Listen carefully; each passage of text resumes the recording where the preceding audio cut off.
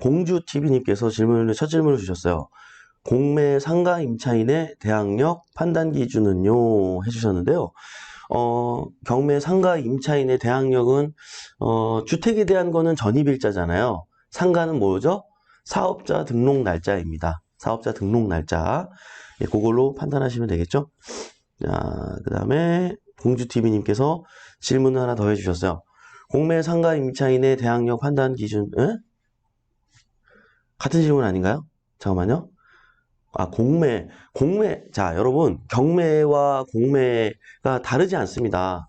민법에서 얘기하는 권리 분석은 같아요. 개념을 같게 보시면 됩니다. 경매라서, 대항력, 판단 기준이 다르고, 공매라서 다르고 이러지 않아요. 같습니다. 하나예요. 뭐라고요? 사업자 등록 일자가 기준이 되는 겁니다. 그리고 여러분들 이것까지 많이 모르고 계신데 이것도 설명해 드리자면, 우리가 이제 그 주택에서 전입일자를 받고, 그죠? 확정일자를 어디서 받죠? 동사무소에서 받죠? 행정복지센터. 근데 사업자도 확정일자를 받을 수 있는 거 알죠? 이건 어디 가서 받을까요? 사업자 등록증을 어디 가서 발급받죠, 여러분? 세무서에서 받죠? 세무서에서 확정일자를 받는 거예요. 그러니까 장사하는 것과 주택은, 상가와 주택은 전입과 확정을 전혀 다른 곳에서 받는다는 거, 요거를 아셔야 됩니다. 보통 장사하시는 분들도 이 경매, 공매를 알기 전에는, 사업자 등록을 내고 확정일자를 받아야 된다는 거를 많이 모르고 계신데, 그런 것까지 꼭 받으셔야 돼요, 여러분. 네. 그래서 나중에 권리 분석할 때, 그게 굉장히 많은 걸 좌우하기 때문에. 근데 상가 같은 경우는 굳이 안 받아도 상관없는 게, 보증금 자체가 비싸지 않잖아요. 전세로 보증금이 들어오는 경우는 좀 드물잖아요. 물론 은행 같은 데는 5억, 10억, 반전세나 올전세 이런 걸로 임차가 들어오기도 합니다. 실제 그렇기도 하는데, 일반적으로 여러분들이 상가를 전입하는 경우에는 그렇지 않은 경우가 많잖아요. 그죠? 어쨌든 그런 차이가 있다는 것을 아시면 좋겠고요. 또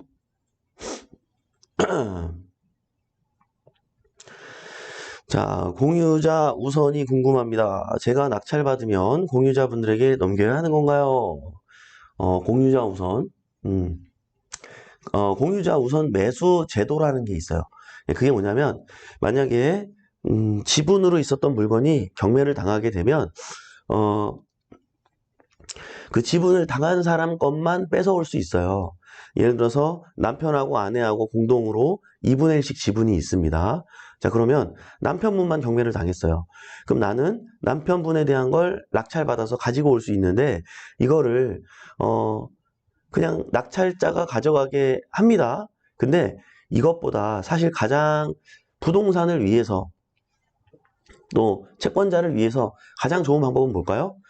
나머지 절반을 갖고 있는 아내 되시는 분 공유자가, 이분이 이 절반에 대한 지분까지 본인이 가지고 와서 완전체를 만드는 게, 어떻게 보면은 이치상 그게 더 낫잖아요. 그죠? 그래서 만약에 공유자가, 그 낙찰된 그 가격에 제가 우선 매수하겠습니다. 라고 그 자리에서 손을 들게 되면, 그러면 그 아내분 걸로 인정해 줍니다. 대신에 낙찰된 그 가격에 매입해야 되는 거예요. 이게 꼭 부부가 갖고 있지 않고 여러 명이 갖고 있는 물건도 마찬가지로 똑같이 이런 조항을 적용합니다. 이해되시죠? 무조건 넘기는 게 아니고 공유자가 우선 매수하겠다고 그 제도를 활용해서 행사하게 되면 가져가는 거고, 그렇지 않고 그 자리에 없거나 그렇게 먼저 신고를 안 했다면 그거는 낙찰자가 갖게 되는 거예요. 이해되시죠? 근데 여러분 실전을 말씀을 드리면, 공유자 우선 매수 행사하는 경우가 만약에 오늘 10건이 진행이 된다, 지분이. 그러면 한 3건 정도? 의외로 한 7건 정도는 공유자 우선 매수 안 들어와요. 근데 실제로 한 3건 정도는 들어와요. 그러니까 그거 감안하고 들어가야 돼요. 네.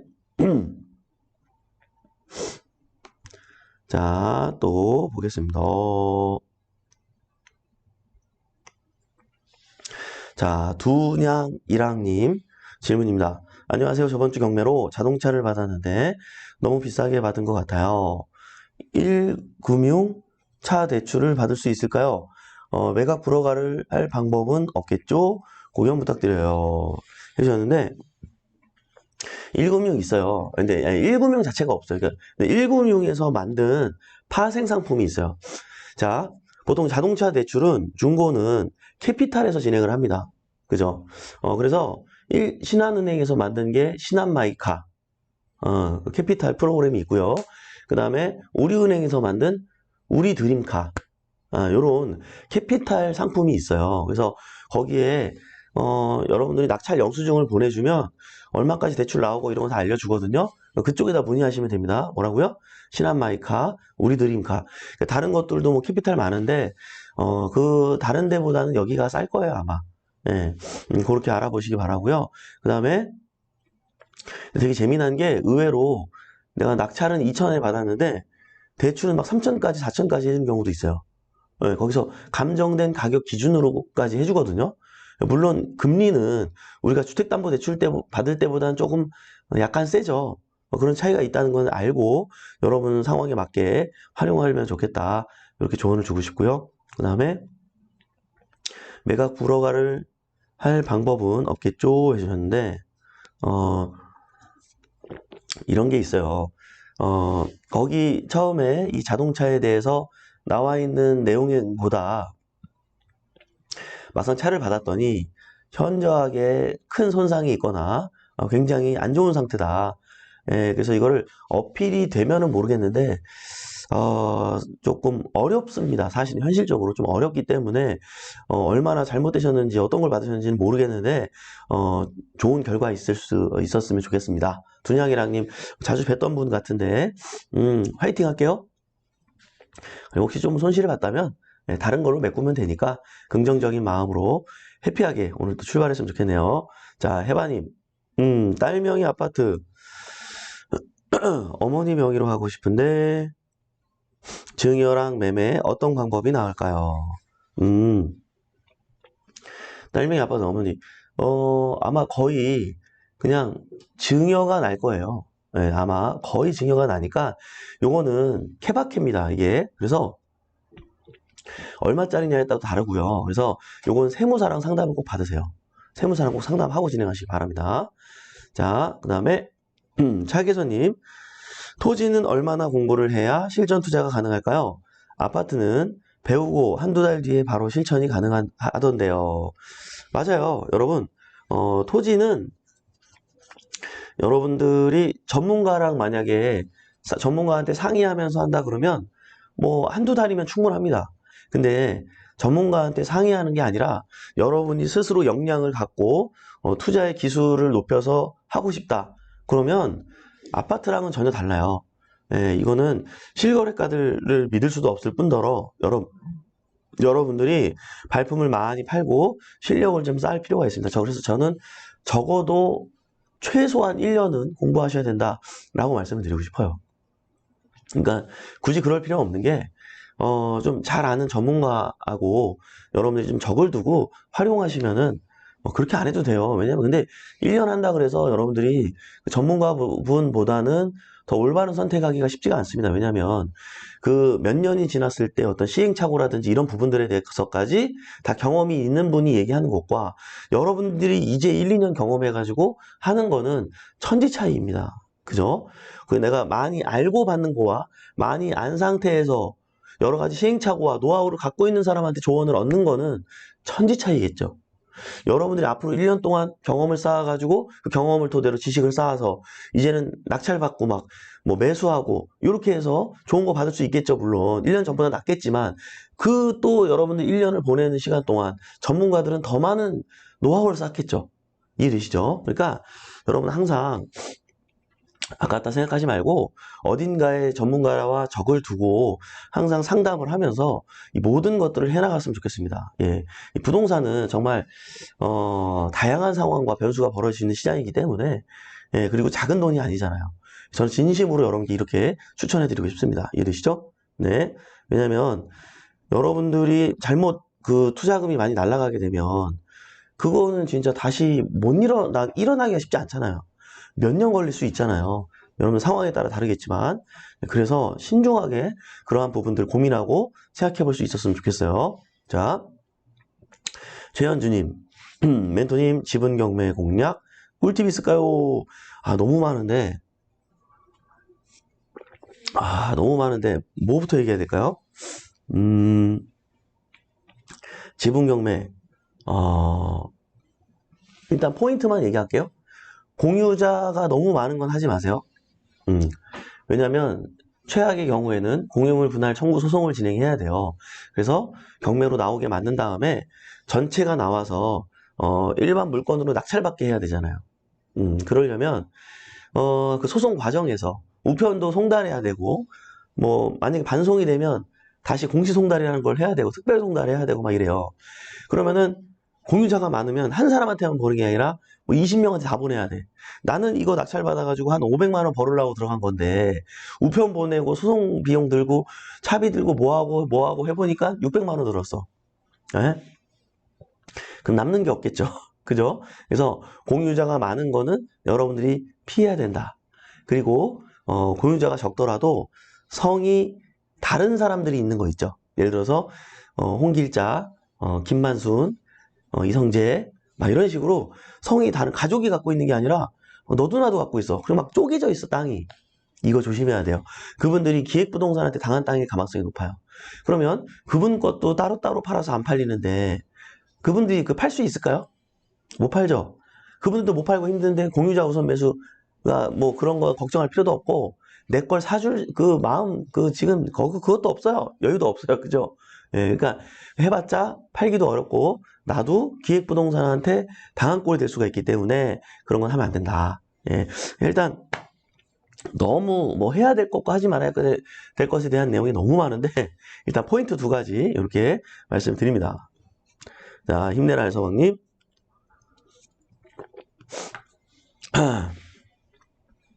자, 인천 빌라 인테리어 견적받고 있는데요. 수리해도 월세 시세가 낮아서 수리 후에 단기 임대로 수익화하려 해요. 어느 정도까지 수리를 해야 할까요? 올 수리하려 했더니 샤시까지 800에서 1000 나와요. 요새 수리하게 되면 평당 100 정도인 것 같은데 싸게 잘하는 팁 있을까요? 턴키로는 너무 비싸요. 직영들로 해서 반셀프 가야 할까요? 좋은 질문이에요. 요거에 대해서 말씀을 드리면, 사실 턴키로 맡기면 비쌉니다. 맞습니다. 근데 지금 800에서 1000만 원 정도 견적 뽑은 거 보니까 요 정도 수준은 턴키로 안 맡겨도 돼요. 지금 샤시까지라고 그랬죠? 그럼 800에서 1000만 원이면 최소한 한 거거든요. 최소한 아마 수리한 거예요. 왜냐면 샤시가 3, 400 들 거고요. 그 다음에 화장실 뭐 170, 150 들 거고요. 싱크대도 뭐 그 정도밖에 안 들고요. 장판 벽지 뭐 100만 원 뭐 이런 식으로 해가지고 합치면 아마 그 정도인데 이 선키로 하니까 그 사이에 한 2, 300 남기려고 요렇게 가격 제한을 했을 거예요 아마. 여러분들이 그럼 요 정도 수리는 안 맡겨도 돼요. 완전히 카페 느낌 나게 하려면 사실 2천만 원 정도 들어요. 예. 근데 그 정도 투자해가지고 만약에 월 내가 한 200 정도 벌 수 있어.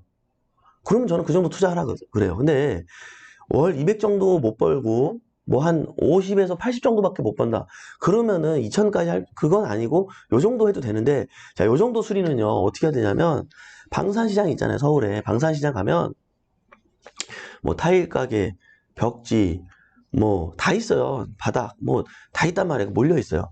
그러면은 여러분이 대충 어떻게 바꾸고 싶은지 그 시안이 있을 거 아니에요. 요 가지고 가요.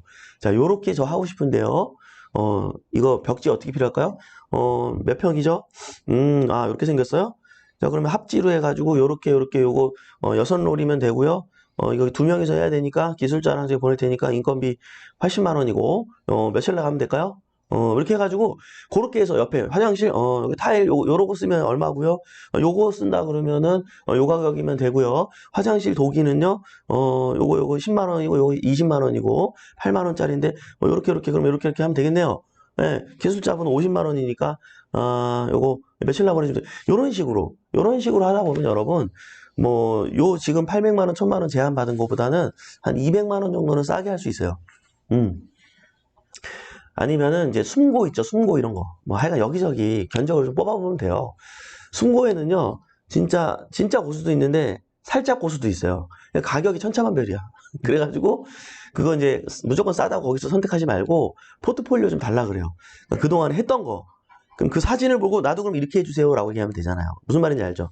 어쨌든 다양한 방법이 있는데 턴키로 맡기기보다는 내가 조금 아끼고 싶다. 그러면 이런 방법이 있다라는 것까지 설명을 드립니다. 자, 그 다음에 해바님께서 토지 지분, 인권, 대출이 어렵죠. 지분인 거, 토지인데 지분으로 이제 낙찰 받았네요. 대출이, 여러분 이런 게 있어요. 제가 항상 말씀드리지만 지분이 대출이 무조건 안 되는 게 아니에요.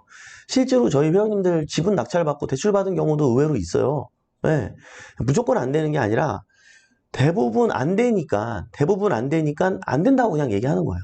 네. 그리고 막말로 진짜 한 100군데 전화하면 되는 데 있긴 있을 거예요. 이게 있는데 거의 안 되니까 그냥 안 된다고 하는 거죠. 그러니까 여러분들이 사전에 입찰 들어가기 전에 우리 이모님들한테 물어보면 어느 정도 알 수 있거든요. 네, 그거 파악하고 들어가시는 것도 나쁘지 않겠죠? 예. 최현주님, 거의 토지라 너무 어려워서요. 그랬군요. 아까 답변 드렸죠. 그 다음에 화성에 향남 가보려고 하는데 어떨까요? 부프로님, 좋죠?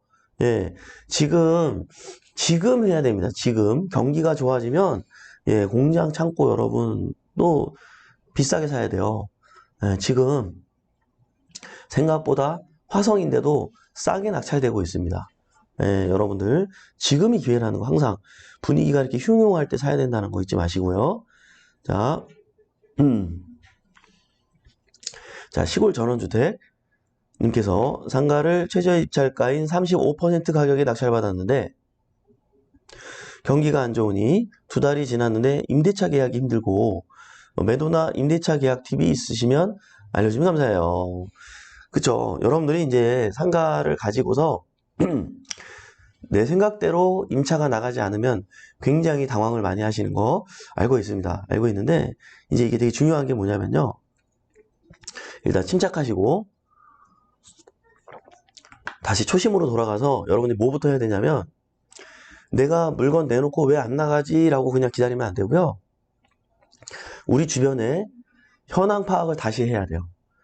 자, 우리가 몇 개월 동안, 이게 두 달 지났다고, 2달이면 얼마 안 됐는데, 어쨌든 몇 개월 동안 안 나갔잖아요.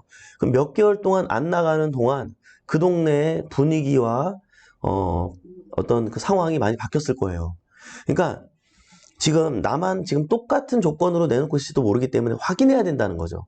예를 들어서 우리 옆에 나 정도 스펙에 대한 상가가 원래는 나랑 똑같이 뭐 2천에 100만 원 월세로 올렸는데 이거를 렌트풀이 3개월 조건을 걸었을지도 몰라요.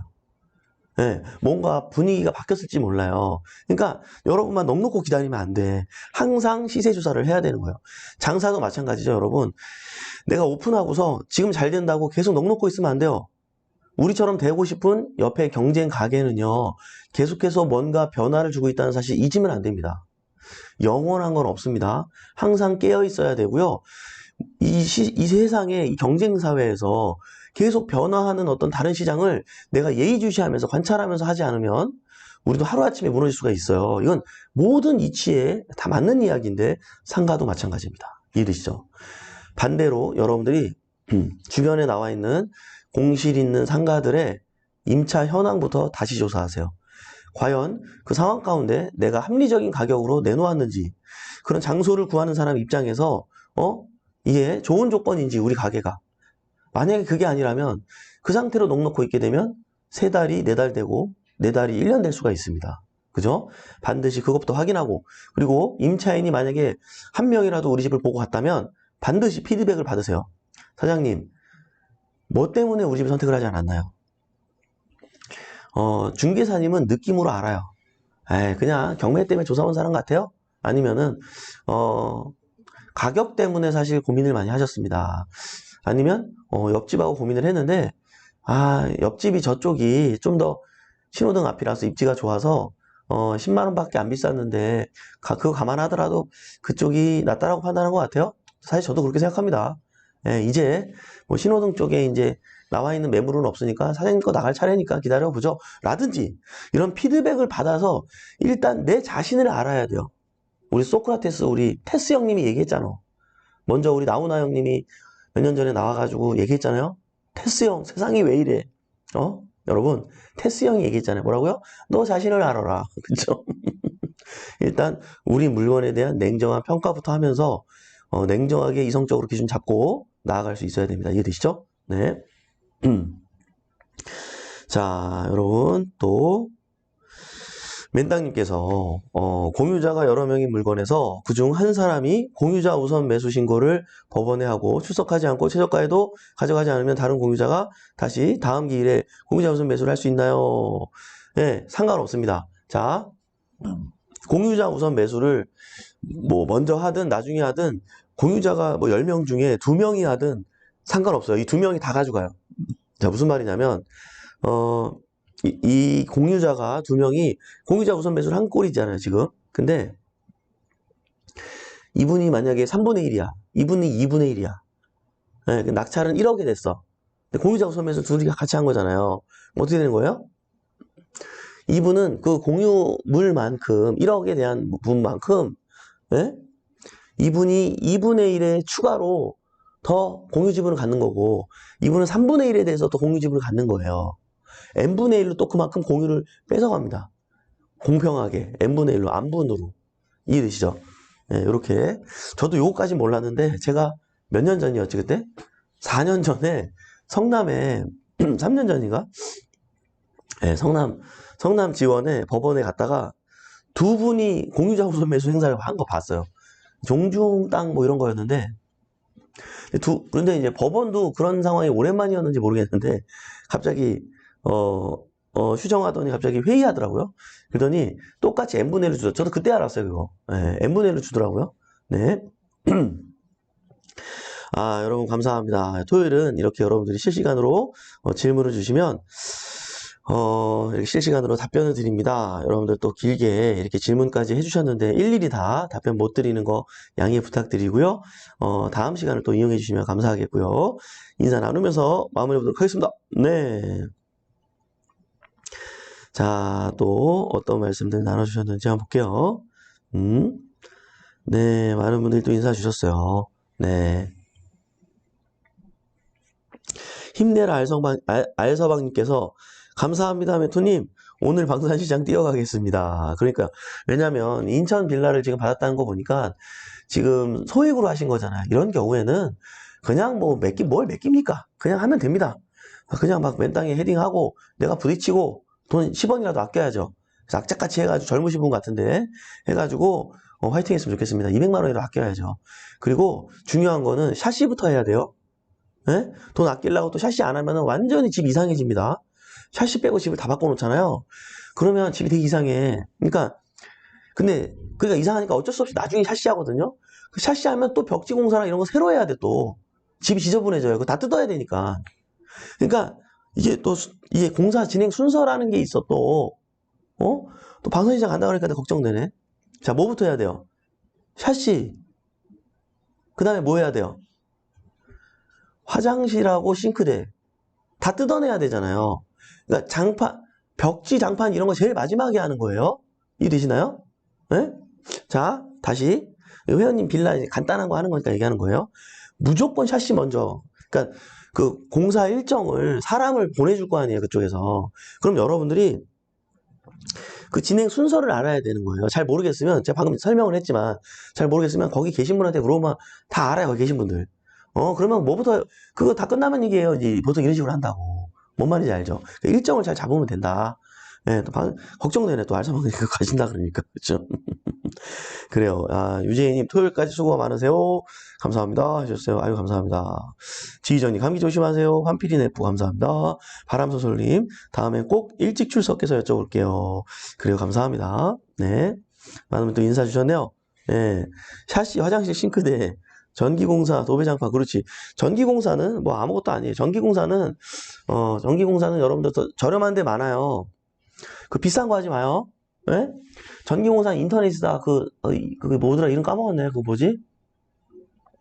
빛의 조명인가? 인터넷에 되게 싼 거 있어요. 이거 노란 조명 있죠, 이런 거. 하늘에다가 뽕 뚫어가지고 노란 조명, 포인트 조명 이렇게 은은하게 나오는 거, 따뜻한 조명.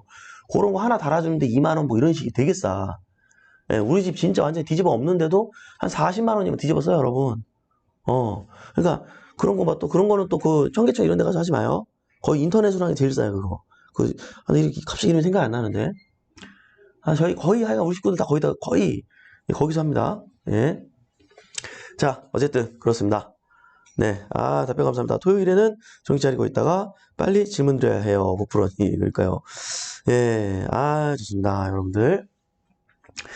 자, 감사합니다, 여러분. 예, 오늘도 굿모닝 경매로 화이팅 하나로 출발하시면 좋겠고요. 오늘 유한한 인생에서 소중한 시간 함께 해준 여러분 대단히 감사합니다. 매일 아침 행복한 부자가 되고 싶다면 굿모닝 경매와 함께 하시죠. 저는 또 내일 아침 활기찬 모습으로 찾아뵙도록 하겠습니다. 지금까지 백폭시안의 성재 멘토였습니다. 우리 같이 잘 됩시다. 화이팅!